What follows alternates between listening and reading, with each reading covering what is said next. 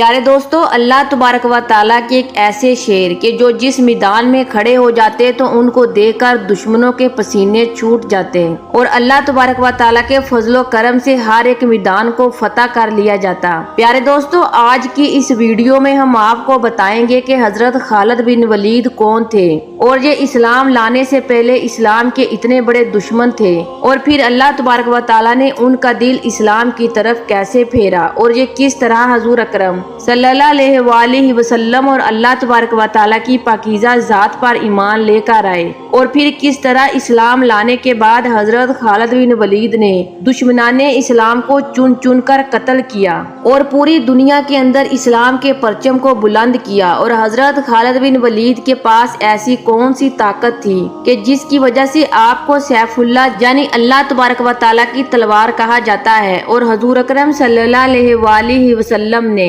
حضرت خالد بن ولید کو سیف اللہ کا لقب کس مقام پر عطا فرمایا؟ پیارے دوستو، ان تمام تر سوالات کے جوابات قرآن و حدیث کی روشنی میں آج کی اس ویڈیو میں ہم آپ کو بتائیں گے۔ آپ سے گزارش ہے کہ ویڈیو کو اینڈ تک ضرور دیکھیے گا۔ ناظرین محترم، حضرت خالد بن ولید نے مکہ کے گرانے میں آنکھ کھولی اور آپ کے والد کا نام ولید تھا۔ حضرت خالد بن ولید بچپن ہی سے دولت و سخاوت اور فہم و فراست کے حوالے سے جانے جاتے تھے۔ حضرت خالد بن ولید کے والد کا نام مکہ کے مشہور اور ممتاز لوگوں میں شمار کیا جاتا تھا۔ آپ کے والد مکہ کے بے شمار باغات کے مالک تھے۔ حضرت خالد بن ولید بچپن ہی سے دوسرے بچوں کی نسبت بہت زیادہ ذہین تھے۔ حضرت خالد بن ولید نے گھڑ سواری، تیر اندازی اور شمشیر زنی اور بچپن ہی میں سیکھ لی تھی۔ پیارے دوستو، حضرت خالد بن ولید رضی اللہ تعالی عنہ کس قدر بہادر اور طاقتور اور جنگجو انسان تھے، اس کا اندازہ حضور اکرم صلی اللہ علیہ وآلہ وسلم کی اس بات سے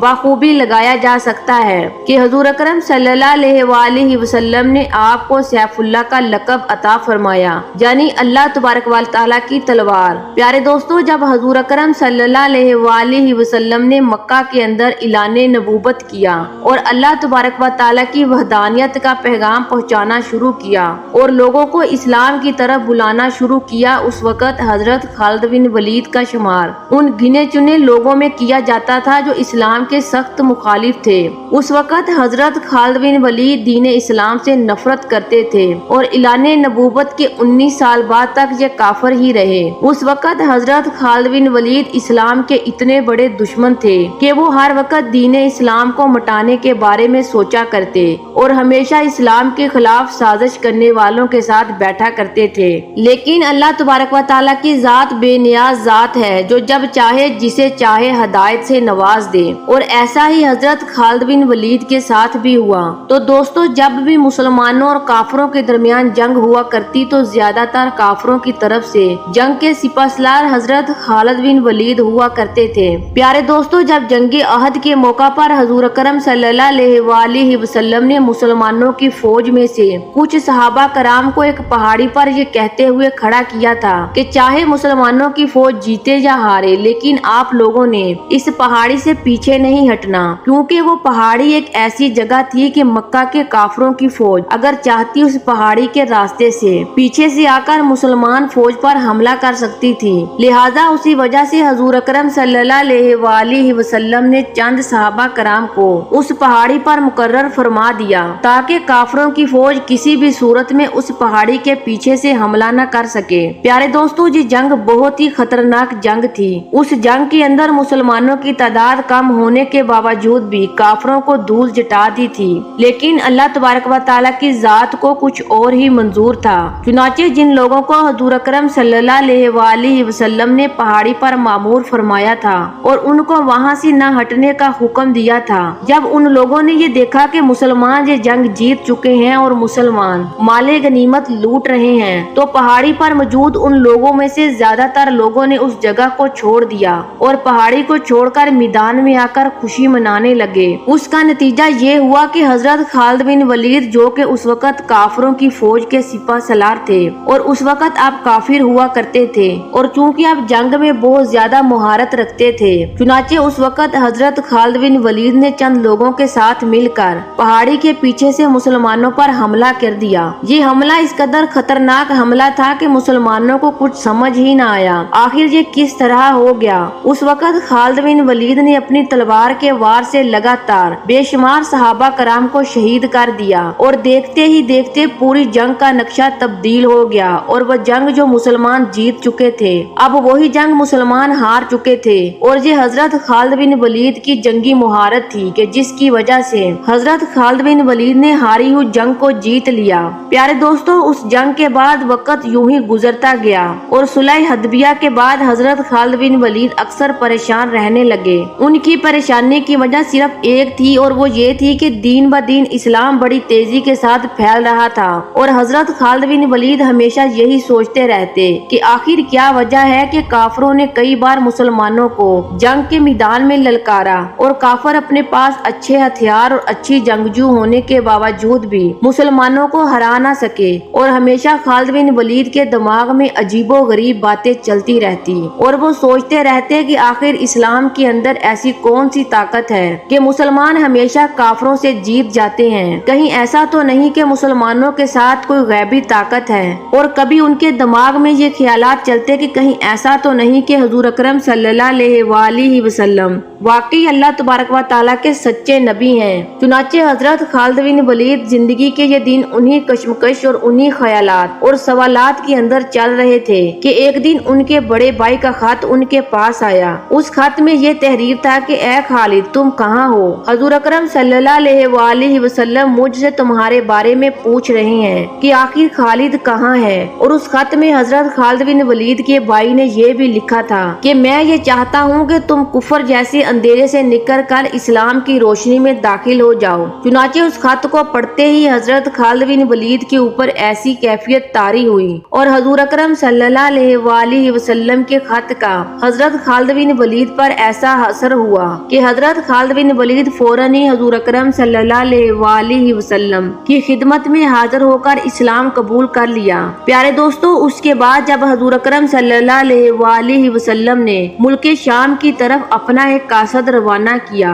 लेकिन मुल्क शाम के लोगों ने गुरूर और घमंड के अंदर आकर मुसलमानों के कासिद को कत्ल कर दिया। और उस दौर में किसी भी मुल्क के कासिद को कत्ल करने का ये मतलब हुआ करता था कि उस मुल्क को खुलेआम जंग की धमकी देना। चुनाचे इस तरह जब रोमन अंपायर मुल्क शाम की तरफ से मुसलमानों के कासिद को कत्ल कर दिया गया तो उस वक्त हुजूर अकरम सल्लल्लाहु अलैहि वसल्लम ने मुसलमानों की एक फौज को तैयार किया और इस फौज को जंग लड़ने के लिए मुल्क शाम की तरफ रवाना कर दिया। और हुजूर अकरम सल्लल्लाहु अलैहि वसल्लम ने उस जंग का सिपा सलार हजरत ज़ैद बिन हारिसा को बनाया। हजरत ज़ैद बिन हारिसा हुजूर अकरम सल्लल्लाहु अलैहि वसल्लम के वो लाडले सहाबी हैं जो हुजूर अकरम सल्लल्लाहु अलैहि वसल्लम के मुंह बोले बेटे हैं और आपका जिक्र कुरान पाक में भी आया है। चुनाचे हुजूर अकरम सल्लल्लाहु अलैहि वसल्लम ने जंगी लश्कर को रवाना करते हुए सहाबा कराम को ये नसीहत फरमाई कि अगर ज़ैद बिन हारिसा शहीद हो जाएं तो उनके बाद फौज का सिपा सलार हजरत जाफर रजी अल्लाह तआला अन्हा होंगे। अगर हजरत जाफर भी शहीद हो जाएं तो उसके बाद फौज के सिपा सलार हजरत अब्दुल्ला बिन रवाहा होंगे। अगर वो भी शहीद कर दिए जाएं तो उसके बाद जिस पर तुम लोग मुत्फिक हो उसी को अपना सिपा सलार बना लेना। चुनाचे उस नसीहत के बाद हुजूर अकरम सल्लल्लाहु अलैहि वसल्लम ने मुसलमानों के लश्कर को मुल्क के शाम की तरफ रवाना कर दिया और खुद हुजूर अकरम सल्लल्लाहु अलैहि वसल्लम चंद सहाबा कराम के हिमरा मस्जिद नबवी के अंदर तशरीफ फरमा हो गए। चुनाचे जब मुसलमानों और मुल्क शाम के दरमियान जंग हो रही थी तो उस वक्त हुजूर अकरम सल्लल्लाहु अलैहि वसल्लम जंग का सारा नक्शा सहाबा कराम को बता रहे थे और अपनी आंखों से होने वाली तमाम तर जंग का हाल देख रहे थे और सहाबा कराम को बयान फरमा रहे थे। ये एक बहुत बड़ी और खतरनाक जंग थी और हुजूर अकरम सल्लल्लाहु अलैहि वसल्लम की आंखों में आंसू थे और हुजूर अकरम सल्लल्लाहु अलैहि वसल्लम रोते हुए अपने पास मौजूद सहाबा कराम से फरमा रहे थे कि अब ज़ियाद बिन हारिसा को शहीद कर दिया गया है और अब इस्लामी फौज का झंडा हजरत जाफर बिन तैयारा के पास है। चुनाचे थोड़ी देर बाद हजूर अकरम सल्लल्लाहु अलैहि वसल्लम ने रोते हुए सहाबा कराम को बताया कि अब हजरत जाफर रजी अल्लाह ताला अन्हा को भी शहीद कर दिया गया है और अब इस्लामी फौज का झंडा हजरत अब्दुल्ला बिन रवाहा के पास आ पहुंचा है। चुनाचे उसके थोड़ी देर बाद हजूर अकरम सल्लल्लाहु अलैहि वसल्लम ने रोते हुए सहाबा कराम को बयान फरमाया कि हजरत अब्दुल्ला इब्न रवाहा को भी शहीद कर दिया गया है। तमाम सहाबा कराम के मुत्फिक होने के बाद हजरत खालिद बिन वलीद को इस्लामी फौज का सुपरसलार बना दिया गया। प्यारे दोस्तों, कुफर की जिंदगी के बाद हजरत खालिद बिन वलीद का ये पहला मौका था कि जब आप रजी अल्लाह ताला अन्हा को इस्लामी फौज का सिपहसालार बनाया गया। प्यारे दोस्तों, जैसे ही हजरत खालिद बिन वलीद के हाथ में इस्लामी फौज का झंडा आया और जब उस चीज को रोमन मुल्क के शाम के लोगों ने देखा